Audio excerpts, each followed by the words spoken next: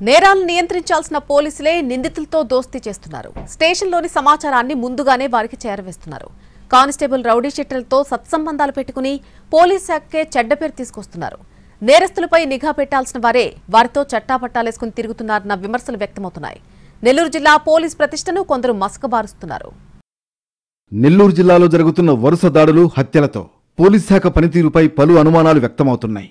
రాజకీయ నేతల జోక్యం మితిమీరిపోవడంతో నేరస్తులకు పోలీసులంటే భయం లేకుండా పోయింది. ఒక కేసులో రౌడీ షీటర్లను స్టేషన్కి తీసుకువచ్చిన వెంటనే అతన్ని వదిలేయాలంటూ రాజకీయ నేతల నుంచి ఒత్తిళ్లు వస్తున్నాయి. దాంతో వారిపై ఎలాంటి కఠిన నిర్ణయాలు తీసుకోలేకపోతున్నారు. నెల్లూరు జిల్లాలోని పలు పోలీస్ స్టేషన్ల పరిధిలో కానిస్టేబుళ్లు నేరగాళ్లతో దోస్తీ చేస్తున్నారన్న విమర్శలు సొంత శాఖలోనే వ్యక్తమవుతున్నాయి. ఏదైనా పోలీస్ స్టేషన్లో 5 ఏళ్లకు మించి ఏ ఒక్కరికి పోస్టింగ్ ఇవ్వకూడదు. వేరే సబ్ డివిజన్ బదిలీ చేయాల్సి ఉంటుంది. అయితే కొంతమంది సిబ్బంది నెల్లూరు సబ్ డివిజన్లోని 6 పోలీస్ స్టేషన్లలోనే పోస్టింగ్ ఇప్పించుకుంటూ ఏళ్ల తరబడి ఇక్కడే తిరుగుతున్నారు. అసాంఘిక కార్యకలాపాలను ఆదాయ వనరుగా మార్చుకుంటున్నారన్న విమర్శలు వస్తున్నాయి. వారు చేసే అవినీతి వెలుగులోకి వస్తే వారిని వేరే చోటకు బదిలీ చేసిన నెలల వ్యవధిలోనే తిరిగి అదే పోలీస్ స్టేషన్లో పోస్టింగ్లు తెప్పించుకుంటున్నారు. కొంతమంది ఉద్యోగులు డ్యూటీతో పాటు సొంత వ్యాపారాలు చేసుకుంటున్నారు. ఉన్నతాధికారులను తప్పుదారి పట్టిస్తున్నారన్న విమర్శలు వస్తున్నాయి.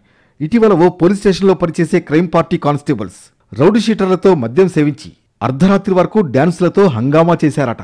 ఓ లాడ్జీలో పెద్ద ఎత్తున పేకాట ఆడుతుండగా సిసిఎస్ పోలీసులు ఓ హెడ్ కానిస్టేబుల్ను పట్టుకున్నారు. అతన్ని ఉన్నతాధికారులు సస్పెండ్ చేశారు. కానిస్టేబుల్స్, హెడ్ కానిస్టేబుల్స్ ఏళ్ల తరబడి ఒకే సబ్ డివిజన్లో ఉంటూ అక్రమార్కులకు సహకారం అందిస్తున్నారు. ఇందులో భాగంగా ఓ రౌడీ షీటర్ను పట్టుకునేందుకు వెళ్లిన పోలీసులకు అతడు వార్నింగ్ ఇచ్చి పరారైనట్లు నెల్లూరు టౌన్ సబ్ డివిజన్లో చర్చ జరుగుతోంది. ఒకే స్టేషన్లో లాంగ్ స్టాండర్డ్గా ఉన్న సిబ్బంది మీద నమ్మకం లేక నేరుగా ఎస్పీ అజిత సొంత టీంను ఏర్పాటు చేసుకుని ఆపరేషన్లు నిర్వహిస్తున్నట్లు తెలుస్తోంది. పోలీస్ స్టేషన్ పరిధిలో జరిగే ఘటనలకు బాధ్యులుగా చేస్తూ సీఐలపై బదిలీ వేటు వేస్తున్నారు.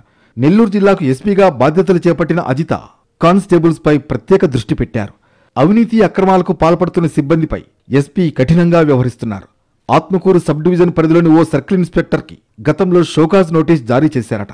దాంతోపాటు నెల్లూరు టౌన్ రూరల్ సబ్ డివిజన్లోని పలువురు కన్నింగ్ ఖాకీలపై ఆమె ప్రత్యేక దృష్టి పెట్టినట్లు తెలుస్తోంది.